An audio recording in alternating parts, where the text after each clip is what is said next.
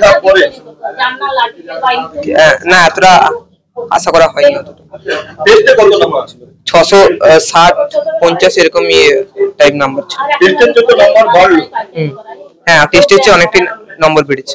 কত ঘন্টা করে পড়া হয়েছিল? 6-7 ঘন্টা করেই রেগুলারলি পড়েছি। গৃহ শিক্ষকরা বেশি হেল্প করেছে না স্কুলের টিচার? গৃহ শিক্ষক হেল্প করেছেন, তবে স্কুলের শিক্ষকদের অবদান আছে। কোন সাবজেক্ট তোমার প্রিয়? ফিজিক্স, কেমিস্ট্রি, ম্যাথস তিনটে ইকুয়ালি প্রিয়। আগামী দিনে কি নিয়ে পড়তে চাও? আগামী দিনে কম্পিউটার আর্কিটেকচার নিয়ে পড়তে চাই, সিপিইউ জিপিইউ ডিজাইন করতে চাই। তারপরে ইন্টেল, এএমডি, এনভিডিয়া এই ধরনের কোম্পানিগুলোতেই জব করতে চাই।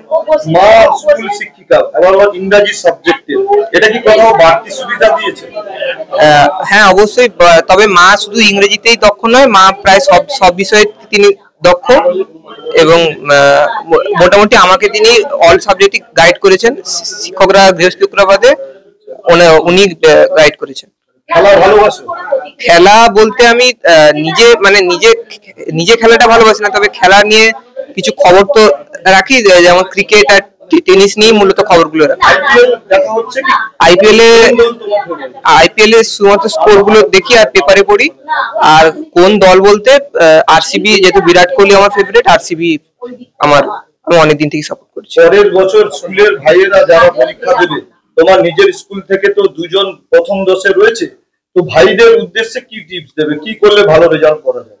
বলবো যে ডেডিকেশন, যে যার একটা নিজের এম ঠিক রাখতে হবে, ডেডিকেশন বজায় রাখতে হবে, আর রেগুলার পড়াশোনা করলে আর নিজের প্যাশনটা ফলো করলেই সাকসেস আসবে। সাম্প্রতিক ঘটে যাওয়া নজরে রয়েছে এই শিক্ষকদের চাকরি বাতিল নিয়ে,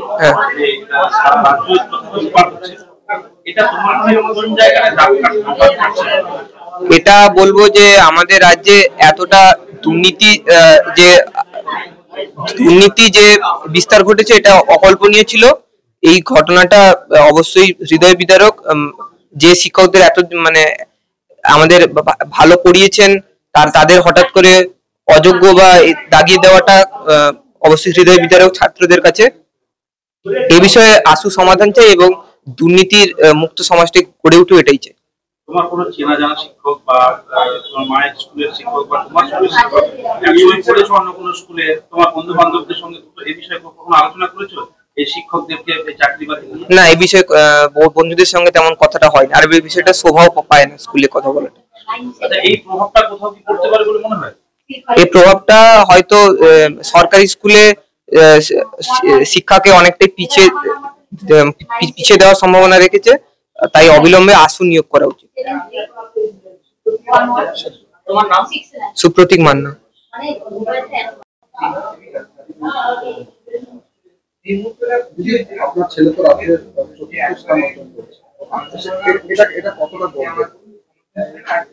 গর্ব ঠিকই লাগছে, তবে ইন ফিউচার আরো ভালো করলে ভালো লাগবে, কারণ মাধ্যমিকের রেজাল্ট নিয়ে তো কিছুই হবে না। ও যেটা নিয়ে পড়তে চায়, আমি চাইছি তাতে ও যেই মেন অ্যাডভান্সে ভালো রেজাল্ট করলেই তখনই আমি আনন্দিত হব। ও নিজেও সেইভাবে খুশি নয় যে আমি কি এমন একটা করে ফেলেছি। ছেলে তো বলছে যে ভালো রেজাল্ট হবে আশা করেছিলাম, কিন্তু এতটা ভালো হবে আশা করিনি। ও গতকালই আমাকে বলেছে যে আমি 5th এর মধ্যে র্যাঙ্ক করবো, মা তুমি দেখে নিও, আমি করবো। আমি বললাম করতে মনে একটা ক্ষীণ আশা ছিল।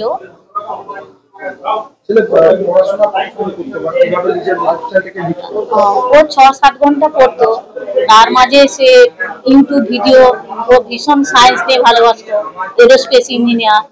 এই যে এরোস্পেসটাকেই ও বেশি প্রায়োরিটি দিত এবং প্রচুর বইও পড়েছে।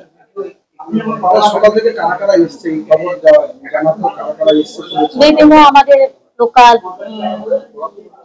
সবাই এসছেন এবং সাংবাদিকরা বিভিন্ন পৌঁছেছেন, স্কুল শিক্ষকেরা ফোন করেছেন আমরা যাবো এক্ষুনি, আপনারা এ হলে আমাদের আগে সবচেয়ে বেশি দেওয়া দরকার আমাদের স্কুলকে, কারণ ওনারা 5 থেকেই পড়িয়েছেন।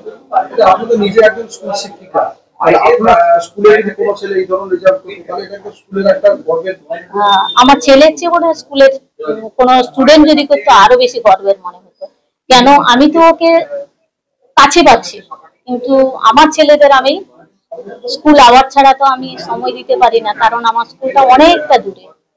আমি সন্ধ্যা 6টায় এসে পৌঁছাই, 8:30টায় বেরিয়ে যাই, সন্ধ্যা 6টায় পৌঁছাই। সেক্ষেত্রে কতটা জার্নি করতে হচ্ছে এই পর্যন্ত পৌঁছাতে গিয়ে আমার ছেলেকে? না, বেশি আমাকে জানি না, ওটা নিজের ইচ্ছাতেই পড়াশোনা করে। আমি জোর করে বললেও পড়াশোনা করবে না, যখনই ইচ্ছে হতো পড়তো। কতজন গৃহ শিক্ষক? আমাদের 6 জন মতো ছিলেন, বাদ বাকি যারা থাকতেন আমার ঘরের মতো। যেমন সকালবেলা ঘুমিয়ে থাকলে আমি হয়তো বেরিয়ে যেতাম, স্যারেরা এসে ওকে ঘুম থেকেও তুলেছে। ও 9 থেকে 9:30 ঘন্টা। আরেকটা বিষয় জানতে চাচ্ছি, কি খেতে ভালোবাসে?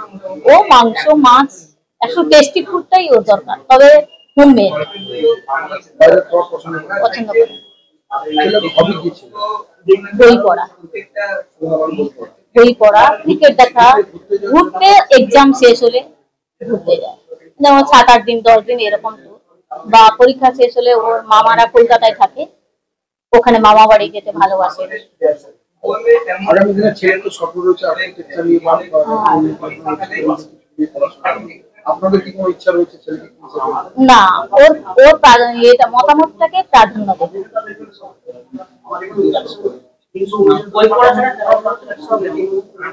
খেলা দেখতে ভালোবাসে কিন্তু বেরোতে ভালোবাসে না, যার জন্য আমরা জোর করে বেরোনো করার চেষ্টা করি। ওই যে সেই টাইমে আমি যদি একটা সায়েন্টিস্টের লাইফ পড়ি তাহলে আমার ভালো লাগবে, তো আমরা যত সম্ভব বেরোনোর চেষ্টা করি। কাজল বেরামান্না। আপনার বাড়ির রং কিংবা বাথরুম ফিটিংস এন্ড স্যানিটারি মানে পছন্দের সেরা ঠিকানা এখন আপনার জলচক গুণময়ী এন্টারপ্রাইজ স্টোরে। জ্যাকোয়ার এন্ড এশিয়ান পেইন্টস এর সবথেকে বড় ডিসপ্লে সেন্টার এখন জলচকে, তাই আপনার বাড়িকে সাজিয়ে তুলুন Jaquar and Asian Paints complete solution দিয়ে। যোগাযোগের ঠিকানা জলচক প্রাইমারি স্কুলের পেছনে, পিংলা, পশ্চিম মেদিনীপুর। কল করুন 8240720151 এই নম্বরে।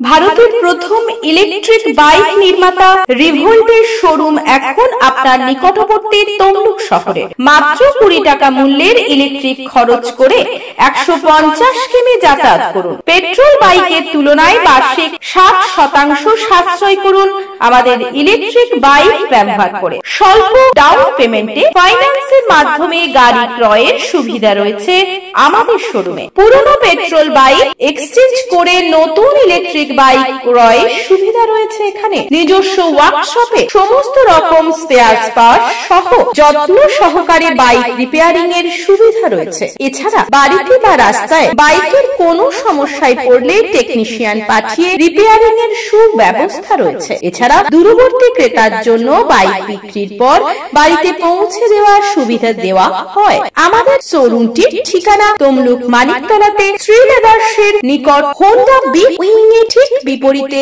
ও ইন্ডিয়ান অয়েল পেট্রোল পাম্পের নিকটে। তাই আর দেরি না করে আজই চলে আসুন আমাদের শোরুমে।